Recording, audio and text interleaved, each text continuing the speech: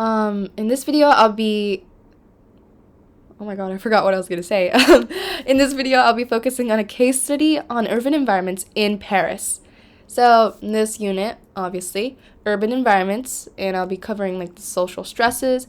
I mean, this case study can be used for climate change, but it's like a really iffy situation. I mean, you can, maybe a little bit. Okay, points that will be covered in this video. So, air pollution and traffic congestion in Paris. And those are some key terms I put in bullet points. So you can use this case study for a 10 marker or like for short answer questions. So understanding key terms and ideas. So number 1, air pollution. I am pretty sure we all know what that is. It's quite obvious. Okay, and smog, pretty obvious too, but fog or haze combined with smoke and other atmospheric pollutants. And the third one, anthropogenic causes of air pollution. So we all know what anthropology is, study of humans, I believe. So basically human activities driving cars, trucks, buses, burning coal, oil, wood, and stuff like that. Okay. And natural causes of air pollution, so like volcanic eruptions and traffic congestion. So the main idea here, so a condition in transport that is characterized by slower speeds, longer trip times, and increased queuing. So you should watch this video. You should. It's like about Paris and its traffic congestion. But I'm making this video to like just summarize the whole entire case study, but it would be very useful for you to watch this. I'll link it down in the description. Oh no. Okay. So basically what that video is trying to essentially say is that, you know, Paris is the capital city of France. I think we all know that. And yeah, for the past 10 years, Paris has struggled with high levels of air pollution, not seen on the scale in Europe since the peak of the industrial age. Although the recent COVID-19 outbreak has brought Paris to a standstill, life is starting to resume and air pollution levels are on the rise too. Okay. So here's an interesting site you should look at. It's called TomTom. It's kind of weird. Okay, TomTom. And you can see there's like a week chart and like there's some patterns you can see. So basically, you can say like on the weekdays there are more. Yeah, you should avoid weekdays more. You can see that like on the mornings as well. They have a higher percentage. Best time to avoid. Tuesday, 8 a.m. apparently. And so here's like emission levels as well. Quite interesting to see this. Less people on the weekends. Okay.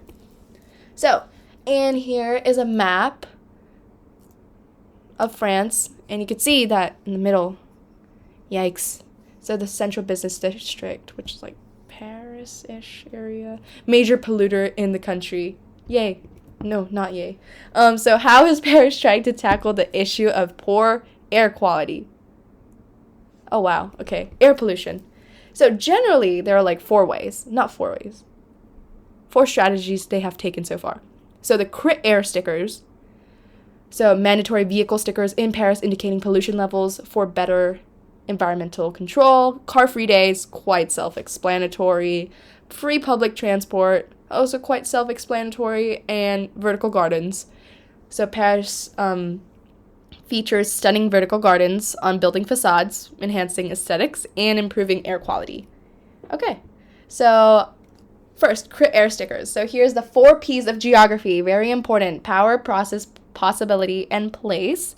So, power. Crit air is the commercial name for air quality certificate implemented by the French Ministry for Ecology.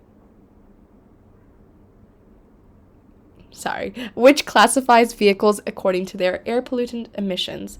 So process, the certificate is a round sticker that corresponds to a class of vehicle defined according to the emissions of atmospheric pollutants. So there are 6 categories you can see here. There's a little car thing, and 1, 2, 3, 4, 5. So 5 being like the worst, you know, like your car, major polluter. And if you got this one without a number, you got a nice green car. And possibility of the crit air stickers. So 1, you're basically like, I don't know, like shaming people. Like imagine you had a 5, like on like a 5 sticker on your car, and people are like, oh my god, she's such a polluter. So like people get sad, and also angry people as well. And you know, so economic possibilities would be like more electric cars maybe purchased because, you know, people might feel shameful about their diesel cars or something. And less traffic because people also might be ashamed of their diesel cars. So place. Exactly where in Paris? Everywhere. There you go. So this is what it looks like more close up. Yeah, so 100% electric or hydrogen vehicles. And yeah, diesel cars. So, okay, so pros and cons. Just a few. So pros, environmental control. Nice. And easy identification. And incentive for cleaner vehicles. So it incentivizes people to buy better ones. And cons, implementation challenges. So like sticker distribution, like how are you going to do that easily? And limited effectiveness. Yeah, sure, you put a sticker on your car, but that doesn't motivate all people to be like, I'm going to buy a green car. And social impacts. Shames people into public transportation. So sad. Okay, and car-free day, so basically the name, car-free day. Yeah, here's like a description of car-free day that I took from Paris Info. It's just, Paris car-free day will empty the entire city of cars. And yeah, make it an outing with family or friends. Put on your roller skates, hop on your bicycle, or get on your walking shoes and set off to take in the sights of Paris. So yeah, it's quite effective, apparently. No, it's quite effective. So Paris held its first car-free day on September 27th of 2015. And eliminating motor vehicles from the city center, cutting exhaust emissions by nearly 40%. I am not sure if this is accurate, but it said it on the website, and I'm pretty sure you should do some further research and do not just rely on my information. Thank you. So pros and cons, pros, reduce traffic congestion, no cars, improved air quality, promotes sustainable transportation, and community engagement. I think you should focus on the first three. Those are pretty good. And cons, disruption of daily activities, impact on businesses, public transport capacity, and limited impact on long-term behavior. Yeah, a day, that's great, but it's not going to eliminate all cars, right?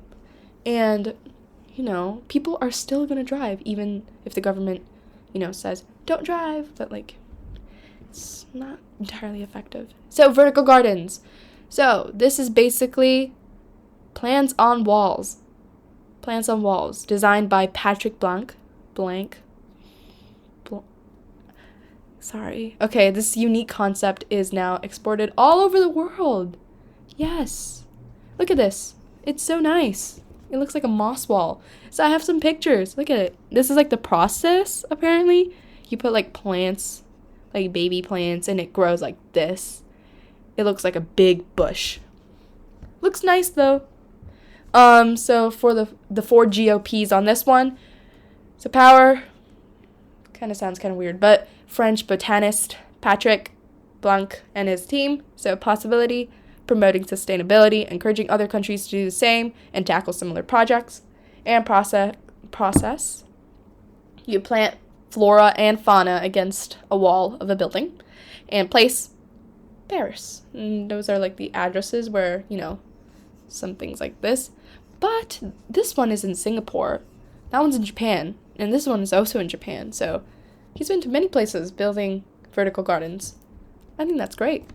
And some pros and cons. Pros, it's quite nice. Aesthetically pleasing. Improved air quality, urban heat island mitigation. If you don't know what that is, you should search it up. Okay, and biodiversity and habitat creation. Okay, urban wildlife is a bit of a stretch, but, providing habitats for birds and insects are not that much of a stretch. I mean, there gotta be a lot of insects on there. Cons, maintenance and upkeep must be hard with a garden wall. Structural considerations, yeah, and limited coverage. Sure, it's on the wall, but how about the sides, And long-term viability. Yep. And thank you. That is it for the video, and I'm pretty sure it was a bit long. All the links to videos and websites are linked down below, so please do your own researching. Please. Okay, thank you.